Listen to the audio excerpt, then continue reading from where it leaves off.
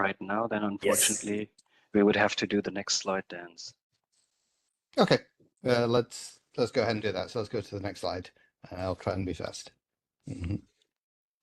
All right, so as Oliver said earlier, one of the main challenges that we face is being able to classify chemical structures. And in this talk, I'm particularly focused on classifying chemical structures in KEBI. One of my main motivations here is biologists like to classify things. They like to lump things into bins. They like to be able to do queries like find all genes that produce terpenoid structures or find the effects of thienopyrimidine exposures. So KEBI is already organized into structures and classes. And here we're treating structures as anything with a smile string and a class as anything that groups this. But right now, the classification in KEBI is mostly manual. It's time consuming and it's very incomplete if we look at the larger universe of chemicals, such as, for example, the millions or so that are found in PubChem. So next slide, please. So there are some existing approaches to classifying chemical structures. We'll hear from Jana with a neural network or transformer approach, I think, after this. There's, of course, the classic classifier approach from 2016, which classifies based on combinations of smart strings. And then I think it's also useful to compare with what is being done in other OBO ontologies other than KEBI, where people are successfully using OWL-DL axioms to provide logical definitions for terms, and then using OWL reasoners to classify ontologies. And we use this in the gene ontology, and about 50% of the classification is automated. But anyway, on to the next slide. So, we thought, well, why not try a different approach? Why don't we actually try using large language models to generate an individual program? So we just tried this experiment in the Claude here, and we said, come up with a program using RDKit to write a rule to classify all benzene structures, and it appears to do quite well. So next slide, moving on from that, our idea was like, can we scale this up? Can we actually automate this and write an RDKit program for every single class in KEBI, effectively creating a KEBI chemical classification program ontology, or C3PO. So is this a crazy idea? I don't know. Let's try next slide and see how well this does. I'll first walk you through briefly just the algorithm. So there's a lot of things on this slide here, but it's basically pretty simple. You just feed in a prompt to the large language model that says, write me a Python program using RDKit to classify structure X. You give the definition of X from KEBI, which could be very useful. You query the large language model. And then once you've got the program, you actually try running it. It may not compile.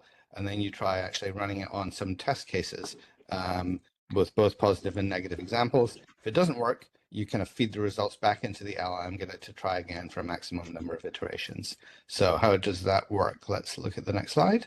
Well, this is an example program that is written, and the basic idea here, if you can see the kind of return values, is that if it doesn't manage to classify the structure, then it will tell you a reason why. So next slide. And this nice thing about this is it means that the explanations are interpretable. If you use C3PO, it'll give you nice explanations like, I regret to inform you that your smiles is not classified as a thienopyrimidine because I couldn't find a 6-membered ring, as opposed to the beep, boop, boop, boop you get from like an uninterpretable model. So next slide.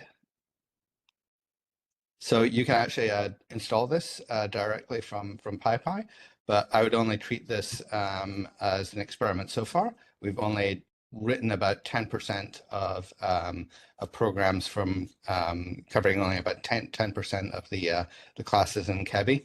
And we've only done this using a small number of iterations. So we can definitely improve on this, but you can use this for testing. But it's more just to show that there's no runtime dependencies other than RDKit. So next slide, onto the evaluation.